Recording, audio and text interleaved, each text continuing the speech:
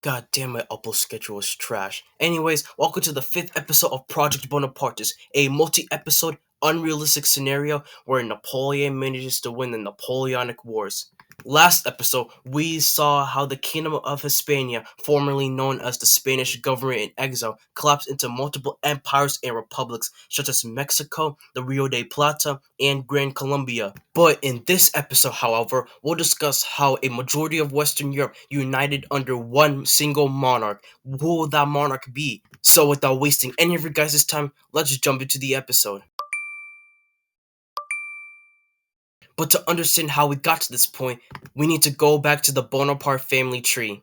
Now, as we all know, Napoleon and his son, Napoleon II, died in the 1830s, leading to the ascension of Joseph Bonaparte, king of Iberia, into the French imperial throne. Right now, Joseph only has daughters which are not eligible to the French succession, but they are eligible to the Iberian and English successions. But who will succeed the French throne after Joseph dies? Well, that will be Joseph's younger brother, Lucien Bonaparte, the current king of Hungary. Yeah, remember Hungary, that state that was created about half a century ago? So, considering these conditions, we'll get a rather interesting Europe after the death of Joseph Bonaparte, with his eldest daughter Zendade, I hope I pronounced that right, ruling over Iberia and England, and Lucien ruling over France and Hungary, and also the Confederation of the Rhine. Now, this will ring alarm bells to the independent states of Europe, such as Sweden and Prussia. But what will ring even more alarm bells is that Zendade and Charles Lucien, Lucien's eldest son, are currently married. Yep, the Bonapartes aren't immune to incest. So after Zendade and Charles Lucien die, the thrones of England, France, Iberia, Hungary, and the Rhine will pass on to their son, Lucien Bonaparte, the Cardinal. Now, luckily, that won't happen until 1857, when Charles Lucien finally dies. But considering we're in the 1840s right now, it's only a decade away, which will intensify the already ringing alarm bells in the rest of Europe. Now, multiple powers such as Russia, Prussia, and Sweden will try to stop this from ever happening because it will break the balance of power. But considering that the balance of power has been broken since 1815, it really doesn't matter anymore. Now, considering this episode won't focus on one event, let's move on to the Guiana region, where the Guiana War is still happening between Brazil, Colombia, the natives, and America. But Colombia's involvement in the war is very minor because they were just established as a new independent state, so the role won't contribute to much, which leaves the majority of Guyana under the mercy of the Americans and Brazilians. Now, at this point, morale in the American side is very, very low, because most of the soldiers there see it as a pointless war, and many will try to either leave the Guyana region or defect to the Brazilian and Colombian sides. Brazil will see this as an opportunity to exploit this situation by letting in tons and tons of American defectors, where they'll be giving entirely new identities so that way the Americans will capture and hopefully not execute them. This would see America get continuously pushed out of the Guiana region by Brazilian forces,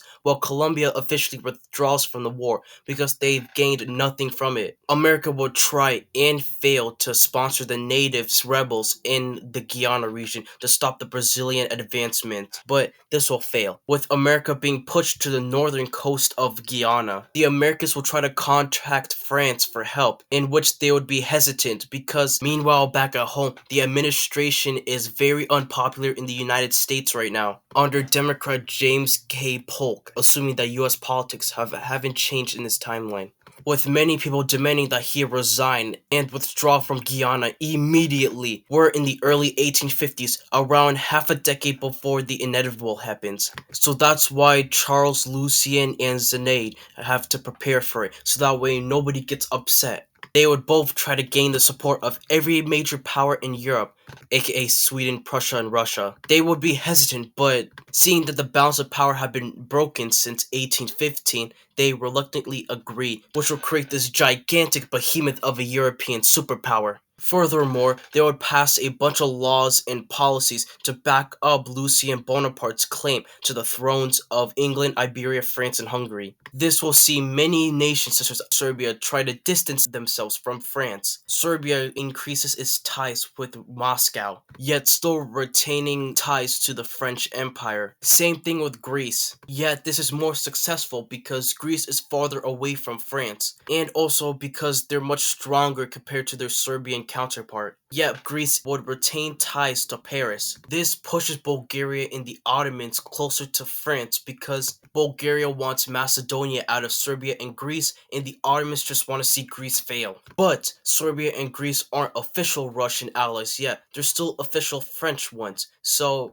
as of right now, there is no Balkan rivalry between the four countries I just mentioned. But now, the moment you've all been waiting for, the unification of Europe. It starts in 1854 when Zendaya, the queens of England and Iberia, passed away, leading to the ascension of her son into those thrones. 3 years later, in 1857, Charles Lucien also passes away, leading to the ascension of his son, leading to the unification of Europe. But unlike last time with his grandfather Joseph Bonaparte, this wouldn't be a personal union between the four countries, as Lucien II will actively try to federalize this new state that he's created. So how will he go about this? Well, first, he will pass a bunch, and I do mean a bunch of laws and policies in order to justify this federalization.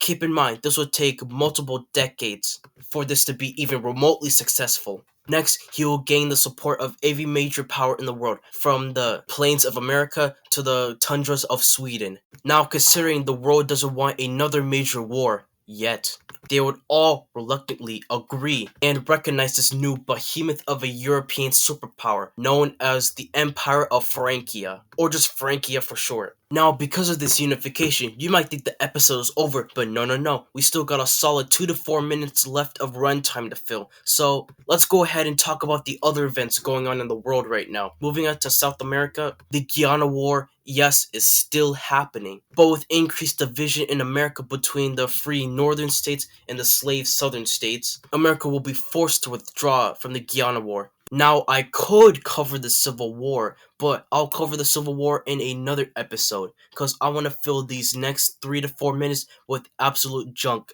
Now, at this point, America still hasn't secured the support from Francia, because, Francia doesn't want to. They're in the middle of federalizing right now. So eventually, sometime in the late 1850s, early 1860s, the Americans will finally withdraw from Guyana, ending the 3-decade-long struggle between the Americans, Brazilians, the natives, the Hispanics, and eventually the Colombians. Moving on to the Caucasus, Russia invades Georgia.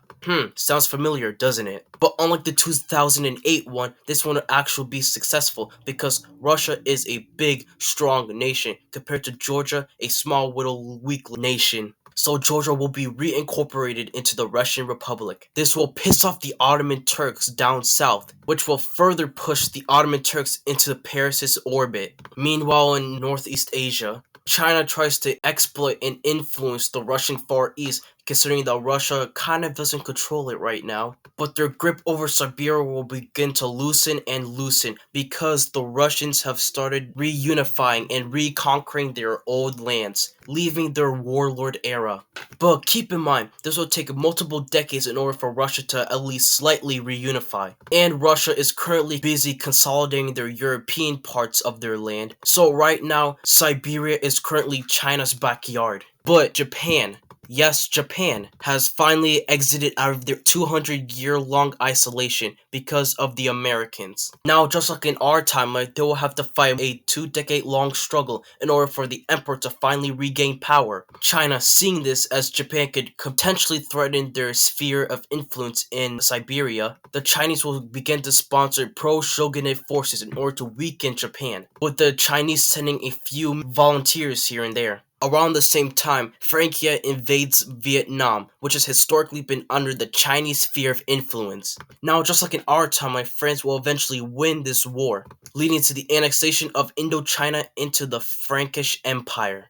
This will only add fuel to the fire to the Chinese century of humiliation. as pro-emperor forces begin to beat the pro-shogunate forces, meaning that all of China's investments into the shogunate are going down the gutter. Now, my bad, this title is a bit clickbaity because I didn't really focus on Europe that much. I focused on other parts of the world, such as South America or Siberia. That's because nations such as China and Brazil haven't been in the spotlight in these episodes recently, so this is their chance to be in the spotlight. And also because I want these episodes to be at least 11 minutes long. Now, as always, this will leave 3 questions to be answered. Number 1, will Russia become powerful again? Number 2, will America stay united or collapse into a civil war? And number 3, will Europe officially federalize into one single union, or will it all fall apart? Find out next time on the 6th episode of Project Bonapartist. I hope you enjoyed this episode of Project Bonapartist. Now, if you enjoyed the episode, subscribe to this channel and also my first channel, which will be in the comments and description down below. Also, go check me out on my TikTok and Twitter, which will also be